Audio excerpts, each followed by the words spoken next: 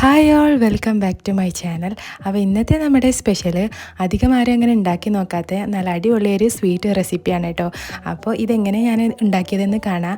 അതിനു മുമ്പേ നിങ്ങൾക്ക് വീഡിയോ ഇഷ്ടപ്പെട്ടിട്ടുണ്ടെങ്കിൽ എന്തായാലും ഒന്ന് ലൈക്ക് ചെയ്യാൻ മറക്കരുത് കേട്ടോ. പിന്നെ ചാനൽ ആദ്യമായിട്ട് കാണുന്നവരാണെങ്കിൽ എന്തായാലും ഒന്ന് സബ്സ്ക്രൈബ് ചെയ്ത് സപ്പോർട്ടും കൂടെ ചെയ്യുക. അപ്പോൾ നമുക്ക് നേരെ വീഡിയോയിലോട്ട് പോവാം.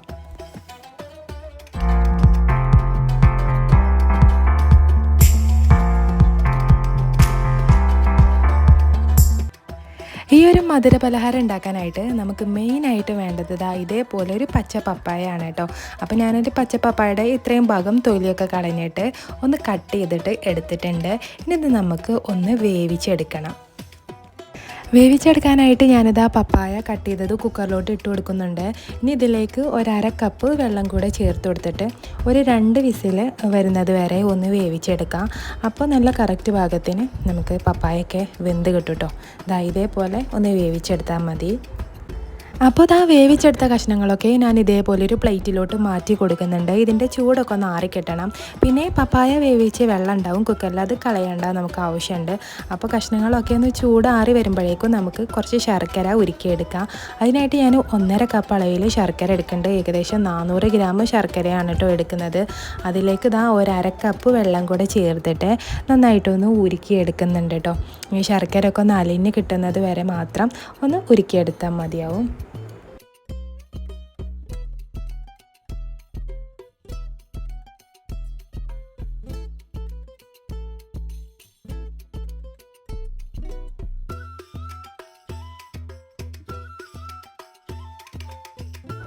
അപ്പോഴേക്കും നമ്മുടെ പപ്പായ കഷ്ണങ്ങളൊക്കെ ചൂടാറി കിട്ടിയിട്ടുണ്ടാവും.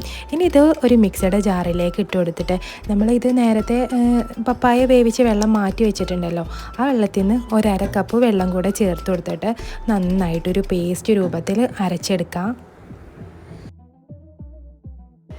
ഇതുപോലെ കഷ്ണങ്ങളൊക്കെ നന്നായിട്ടൊന്ന് അരഞ്ഞ് കിട്ടണം. പേസ്റ്റ് രൂപത്തിൽ തന്നെ നന്നായിട്ടൊന്ന് അരച്ചെടുത്താൽ മതി കേട്ടോ.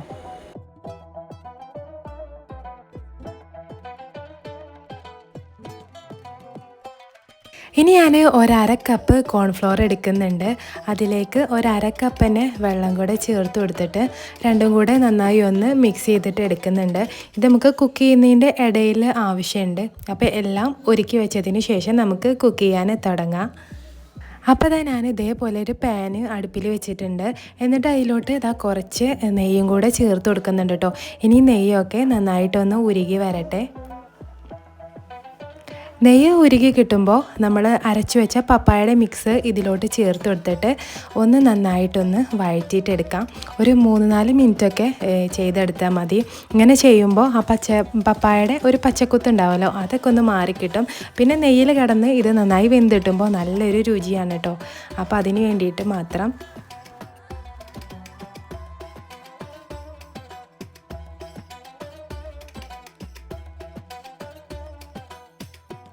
ഇനിയൊരു പപ്പായ മിക്സ് ചെറുതായിട്ടൊന്ന് തിളച്ച് വരാൻ തുടങ്ങും. ആ ഒരു സമയത്ത് നമ്മൾ ഉരുക്കി മാറ്റി വെച്ച ശർക്കരപ്പാനിയും കൂടെ ചേർത്ത് കൊടുക്കുക.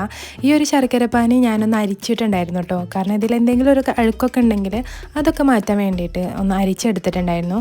അപ്പോൾ ശർക്കരപ്പാനി ഒഴിച്ചു കൊടുക്കുന്ന സമയത്ത് ഒരു മീഡിയം ഫ്ലെയിമിലിട്ടിട്ട് നന്നായിട്ട് മിക്സ് ചെയ്തിട്ട് എടുക്കാം കേട്ടോ.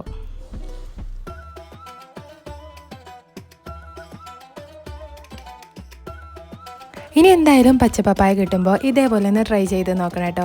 ആ ഒരു പച്ചക്കുത്തല ഒന്നും തന്നെ ഉണ്ടാവില്ല. നല്ല ടേസ്റ്റിൽ തന്നെ നമുക്ക് ഹൽവ പെട്ടെന്ന് റെഡിയാക്കി എടുക്കാൻ പറ്റും കേട്ടോ. പിന്നെ അധികം ചേരുവകളോ ഒന്നും വേണ്ട. വളരെ കുറഞ്ഞ ചേരുവയിൽ തന്നെ നല്ല അടിപൊളി ഒരു ഹൽവ എന്തായാലും നമുക്ക് റെഡിയാക്കിയിട്ട് എടുക്കാം. അപ്പോൾ ഈ ഒരു ശർക്കരയും കൂടെ ചേർത്ത് കൊടുത്തതിന് ശേഷം ഇതേപോലെ ഇടയ്ക്കൊന്ന് തിളച്ച് വരാൻ തുടങ്ങും. ആ ഒരു സമയമാകുമ്പോൾ നമുക്ക് നേരത്തെ കലക്കി മാറ്റി വെച്ച കോൺഫ്ലോർ ഉണ്ടല്ലോ, അതും കൂടെ ഇതിലേക്ക് ചേർത്ത് കൊടുക്കുക. കോൺഫ്ലോർ ചേർത്ത് കൊടുക്കുമ്പോൾ തീ എന്തായാലും ഒന്ന് ലോ ഫ്ലെയിമിലേക്ക് ഇടണം. അല്ലെങ്കിൽ ഈ കോൺഫ്ലോർ പെട്ടെന്ന് കട്ട പിടിക്കും കേട്ടോ. പിന്നെ ഒഴിച്ചുകൊണ്ടിരിക്കുമ്പോൾ തന്നെ നന്നായിട്ട് ഇളക്കി കൊടുക്കുക. ചെറുതായിട്ട് കട്ട പിടിച്ചാലും നമ്മൾ തുടർച്ചയായിട്ട് ഇങ്ങനെ ഇളക്കിയും കൊണ്ടിരിക്കുമ്പോൾ അത് ശരിയായി കിട്ടും. ഇനി ഞാൻ ഇതിലേക്ക് ഒരു പിഞ്ച് ഉപ്പും കൂടെ ചേർത്ത് കൊടുക്കുന്നുണ്ട്. ഈ മധുരമൊക്കെ ഒന്ന് ബാലൻസായി കിട്ടാൻ വേണ്ടി മാത്രം കുറച്ച് ഉപ്പ്. പിന്നെ തീരെ ഉപ്പില്ലാത്ത ശർക്കരയാണ് ചേർത്ത് കൊടുത്തത്. അതിൻ്റെ പേരിൽ ഒരു പിഞ്ച് ഉപ്പ് ചേർത്തതാണ് കേട്ടോ. എന്നിട്ട് നന്നായിട്ട് കട്ട പിടിക്കാതെ നല്ലോണം ഒന്ന് ഇളക്കി മിക്സാക്കി കൊടുക്കുക.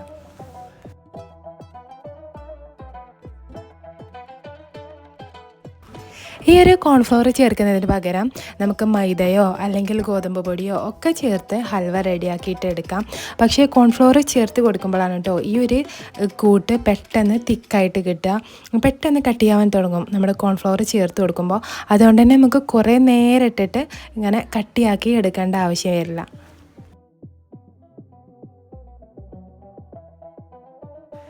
ഇനി നമ്മുടെ ഈ ഒരു കൂട്ട് ഒന്നിങ്ങനെ കട്ടിയായി എന്ന് തോന്നുമ്പോൾ നമ്മുടെ കയ്യിൽ എന്തെങ്കിലുമൊക്കെ നട്ട്സ് ഉണ്ടെങ്കിൽ ഇതിലേക്ക് ഇപ്പോൾ ചേർത്ത് കൊടുക്കാം കേട്ടോ. ഞാനിപ്പോൾ കുറച്ച് ബദാം കട്ട് ചെയ്തതാണ് ചേർത്ത് കൊടുക്കുന്നത്. അല്ലെങ്കിൽ കടലയോ എന്തെങ്കിലും നട്ട്സ് ഉണ്ടെങ്കിൽ ആവശ്യമാണെങ്കിൽ മാത്രം ചേർത്ത് കൊടുക്കാം.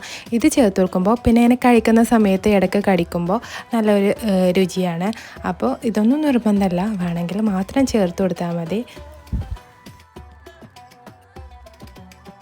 ഇനി ഞാനിതിലേക്ക് ഒരു ഇത്തിരിയും കൂടി നെയ്യ് ചേർത്ത് കൊടുക്കുന്നുണ്ട് കേട്ടോ.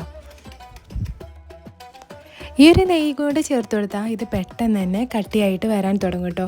പിന്നെ ഒരു 3-4 മിനിറ്റൊക്കെ കുക്ക് ചെയ്യുമ്പോൾ തന്നെ നമ്മുടെ ഹൽവ റെഡിയായി കിട്ടും.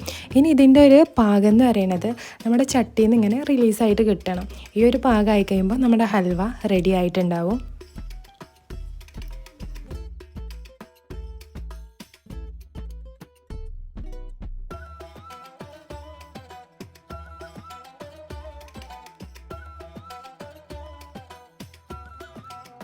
നെയ്യ് ചേർത്ത് കൊടുത്തിട്ട് പിന്നെ ഒരു 3-4 മിനിറ്റ് ആയപ്പോഴേക്കും നമ്മുടെ ഈ ഒരു കൂട്ട് പാനിൽ നിന്നും നന്നായിട്ട് വിട്ടു പോരാൻ തുടങ്ങിയിട്ടുണ്ട് കേട്ടോ. ഈ ഒരു സമയമാകുമ്പോൾ നമ്മുടെ ഹൽവ ഏകദേശം റെഡി ആയിട്ടുണ്ട്.